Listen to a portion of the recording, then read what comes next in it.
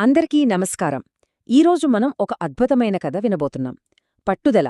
ఈ ఒక్క మాటకు నిలువెత్తు నిదర్శనంగా నిలిచిన ఒక చిన్న చీమ కథ ఇది.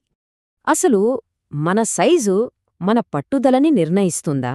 అంటే మనం చిన్నగా ఉన్నంత మాత్రాన మన కలలు కూడా చిన్నగానే ఉండాలా? ఈ ప్రశ్నతోనే ఈ కథలోకి వెళ్దాం. సరే, మరి ఈ కథలో మన హీరో ఎవరో చూద్దామా? తనే చిట్టి, ఒక బుల్లి చీమ. ఒక ఊర్లో చిట్టి అనే ఓ చీమ ఉండేదనమాట. పేరుకు తగ్గట్టే చాలా చిన్నది. మిగతా చీమలన్నింటితో పోలిస్తే మరీ చిన్నది. కాని యాక్టివ్గా ఉండటంలో మాత్రం ఎప్పుడూ ముందే ఉండేది. అదే అసలు విషయం. సైజు చిన్నదే కావచ్చు, కాని దాని స్పిరిట్ మాత్రం చాలా చాలా పెద్దది. అలాంటి చిట్టి జీవితంలోకి ఒకరోజు ఒక పెద్ద సవాలొచ్చి పడింది. అదేంటంటే ఒక పెద్ద పంచదార పలుకు. ఒకరోజు చిట్టికి దారిలో ఒక పెద్ద పంచదార పలుకు కనిపించింది. అంతే, దాన్ని చూసిన వెంటనే అనుకుంది, దీన్ని ఎలాగైనా సరే మన ఇంటికి తీసుకెళ్ళిపోవాల్సిందే అని. ఇక్కడ మనం ఒక విషయం గమనించాలి. ఆ పంచదార పలుకు ఎంత పెద్దదో తెలుసా? చిట్టికన్నా ఏకంగా 5 రెట్లు పెద్దది. ఊహించుకోండి, తనకంటే 5 రెట్లు పెద్ద బరువును మోయాలి. ఎంత పెద్ద టాస్కో కదా! ఇదంతా చూస్తున్న మిగతా చీమలు ఊరుకుంటాయా? వెంటనే ఎగతాళి మొదలుపెట్టాయి. ఓయ్ చిట్టి, అది నీ వల్ల కాదు. చూడు, నువ్వెంత చిన్నగా ఉన్నవో.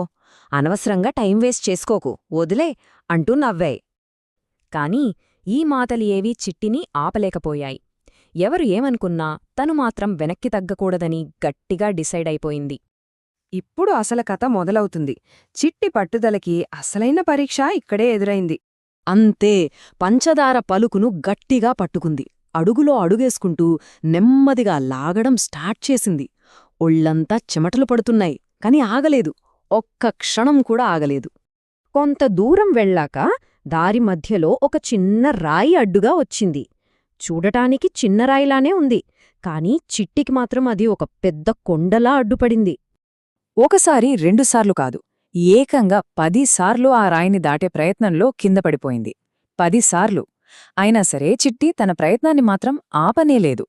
దీన్నే మనం పట్టుదల చక్రం అనొచ్చు. ముందుకి లాగటం, జారి కిందపడటం, మళ్లీ లేచి ప్రయత్నించడం, ఇదే రిపీట్ అవుతూ ఉంది. నిజమైన పట్టుదల అంటే ఇదే కదా! కిందపడిన ప్రతిసారీ దాని మనసులో ఒకే ఒక్క మాట, నేను చేయగలను.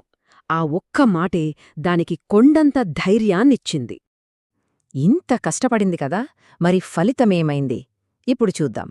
విజయం మరియు ఈ కథ చెప్పే నీతి. చివరికి చిట్టి గెలిచింది. ఆ రాయిని దాటేసింది. కష్టపడి ఆ పంచదార పలుకును తన ఇంటికి విజయవంతంగా చేర్చింది. తన పట్టుదలే తనని గెలిపించింది. ఇక ఇది చూసిన మిగతా చీమల రియాక్షన్ చూడాలి.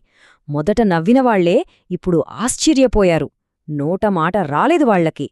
చిట్టి దగ్గరకు వచ్చి అభినందించడం మొదలుపెట్టారు. సో ఈ మొత్తం కథ నుండి మనం నేర్చుకోవాల్సిన అసలైన విషయం ఏంటి? ఈ కథ చెప్పే నీతి ఏంటంటే, మొదటది చాలా సింపుల్. మనం పట్టుదలతో ప్రయత్నిస్తే ఎలాంటి కష్టమైన పనైనా సరే విజయం మనల్ని వెతుక్కుంటూ వస్తుంది. ఇక రెండవది చాలా ముఖ్యమైనది. మన సైజ్ చూసి మనని మనం తక్కువ అంచనా వేసుకోకూడదు. సైజ్ చిన్నగా ఉన్నా పర్లేదు, మన ఆలోచన, మన సంకల్పం పెద్దగా ఉండాలి.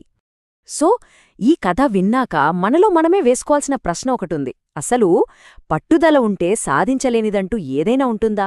మన జీవితంలో కూడా ఇలాంటి చిన్న రాళ్ళు అడ్డు వస్తూ ఉంటాయి కదా, వాటిని దాటడానికి మనకి కావాల్సిన ఆ స్ఫూర్తి ఎక్కడ్నుండి వస్తుంది?